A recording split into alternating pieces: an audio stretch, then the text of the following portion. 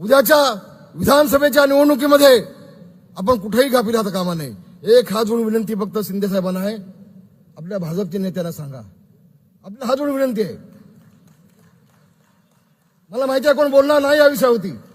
मला घेऊन जा मोदी साहेबांकडे, शहा साहेबांकडे. मी सांगेन की साहेब, वेळेवरती एकनाथ शिंदेचे जसे भाजपचे 2 महिने आधी उमेदवार दिले, तसे शिंदे साहेबांचे 15 उमेदवार 2 महिने आधी दिले असते, आज चित्र वेगळं दिसलं असतं.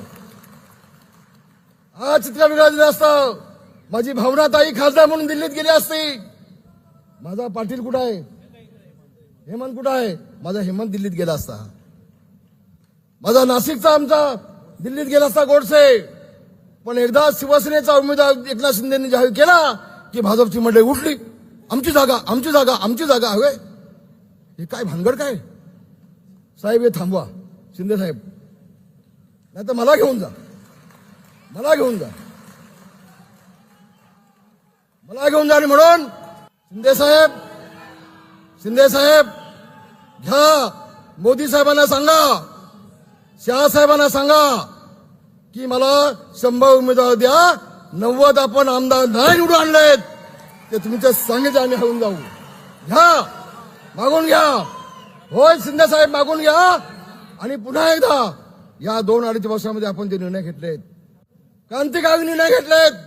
महाराष्ट्राच्या इतिहासामध्ये आतापर्यंत कुठल्याही मुख्यमंत्र्यांनी असे निर्णय घेतले नाहीत.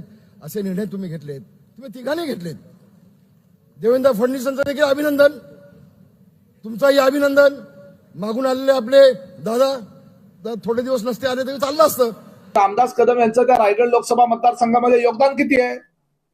त्यांच्या स्वतःच्या खेड मतदारसंघामध्ये 7,000 मतांनी लोकसभेला तटकरे साहेबांना मतं कमी मिळाली आहेत, ज्या ठिकाणी त्यांचा मुलगा त्या ठिकाणी आमदार विधानसभेचा सदस्य आहे. इतर जे मतदारसंघ आहेत त्या ठिकाणी सर्वांनी अतिशय चांगलं काम केलेलं आहे. परंतु रामदास कदम जे त्या ठिकाणी कॉलर उडवून सांगतात की आम्ही लाज राखली, तुम्ही लाज राखणारे कोण आहात?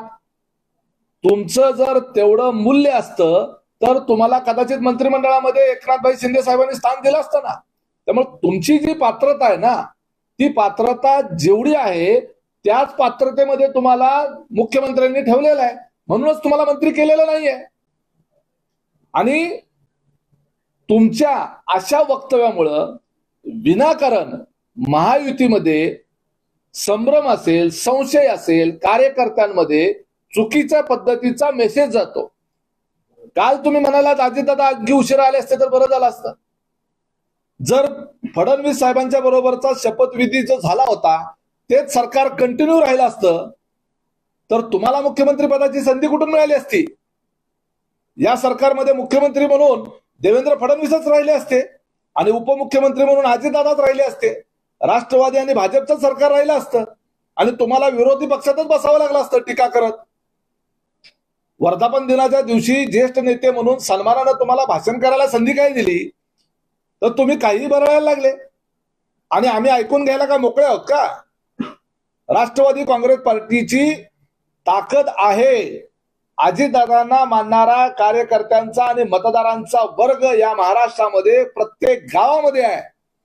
आणि आमचं संघटन, आमची ताकद ही ओळखूनच भारतीय जनता पार्टीच्या श्रेष्ठींनी आम्हाला सोबत घेण्याचा निर्णय घेतला. जरा याचाही विचार करा की भाजप आणि शिवसेनेची मेजॉरिटी असतानाही राष्ट्रवादी काँग्रेस पार्टीचं अजितदादांच्या गटाबरोबर आलेल्या सर्वांसकट का त्यांना सगळ्यांना घेतलं गेलं असेल याचा कधीतरी सखोलपणे तुम्ही चिंता